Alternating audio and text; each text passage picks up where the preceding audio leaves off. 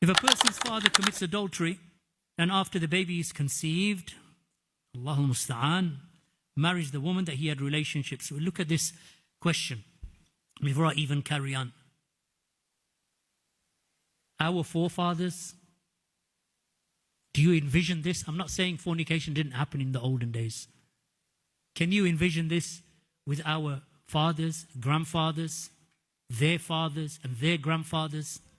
Oh, by the way, my great-grandfather, he gave. This is the disease of the modern age, especially in Western liberal societies. That a man can sit in a masjid, his father's a Muslim, his grandfather is a Muslim, and he says, my father, he committed adultery, and after the baby is born, such and such, and then he marries the woman, and so on. This is such a taboo in Muslim countries. Ask anyone who lives in a Muslim country or they have a Muslim heritage.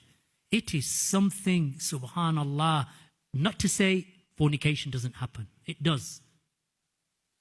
Right? But nowhere near. It is not a norm there. It is not something that is widespread.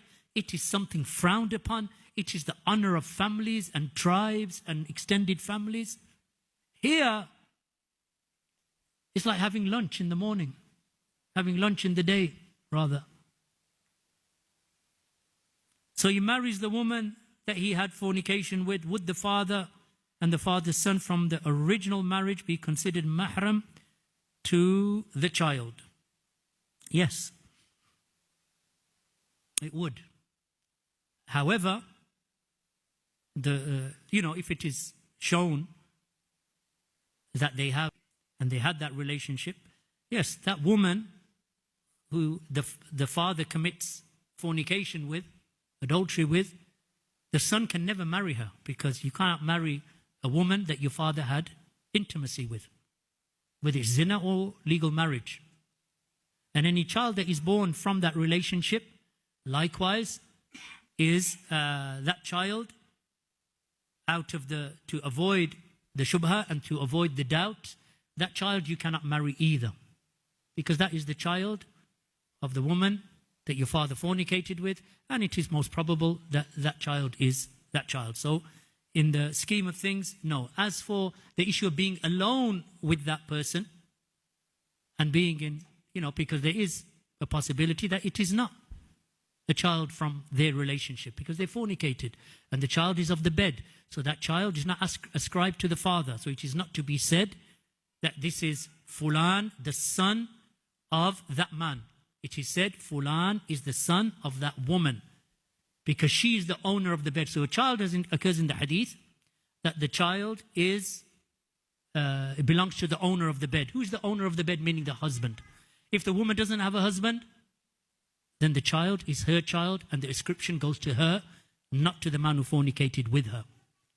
So he does not now take the other children and they become automatically mahram to each other, even though they should not marry each other. So it is not considered to be one of those relationships, except that that woman that he has married, yes, she's a mahram to him, no doubt. And even if he didn't marry her, she is still considered as a woman that he can never marry. As for being alone in the company of the child of that woman that your father fornicated with, then the child is technically the child of the bed, of hers. Right, so that would require something of going to a judge or a qadi and establishing whether that can be a mahram based upon the doubt here. But as a norm, then no, not up until, obviously you don't marry that child, you don't marry them together. But at the same time, as for whether they are strictly considered to be mahram, that you can travel with them and so on and so forth, then how do you establish that through fornication? That's the importance of marriage, because genealogy is preserved through marriage. These kind of things open the doors to huge amounts of doubts and shubahat, that ultimately, before you can come to that ruling, you would have to go to a qadi or to an alim and explain the situation. Did she fornicate with others? Before that, we don't know. Because when fornication, when it comes into play, then how do we know that this is the child of Fulan? That's why the religion goes for the origin of the affair. So the religion says that if you fornicate with a woman and that woman gets pregnant and has a child, then it cannot be said that that child is the son of that man by lineage.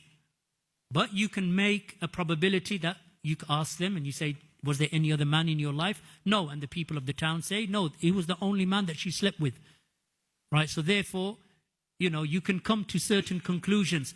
But because of the vaguity of the affair and because of the greatness of the sin, that child is never ascribed to the man. Even after marriage. Never ascribed to the man. Because the child is a child of fornication, even though the child is not held to be accountable, but he does not take the father's name. Doesn't. And they do not inherit from each other either. There is no right of inheritance either way. So the child of fornication doesn't inherit from the father, rather he inherits from the mother. These are from the outcomes of fornication, and Allah knows best.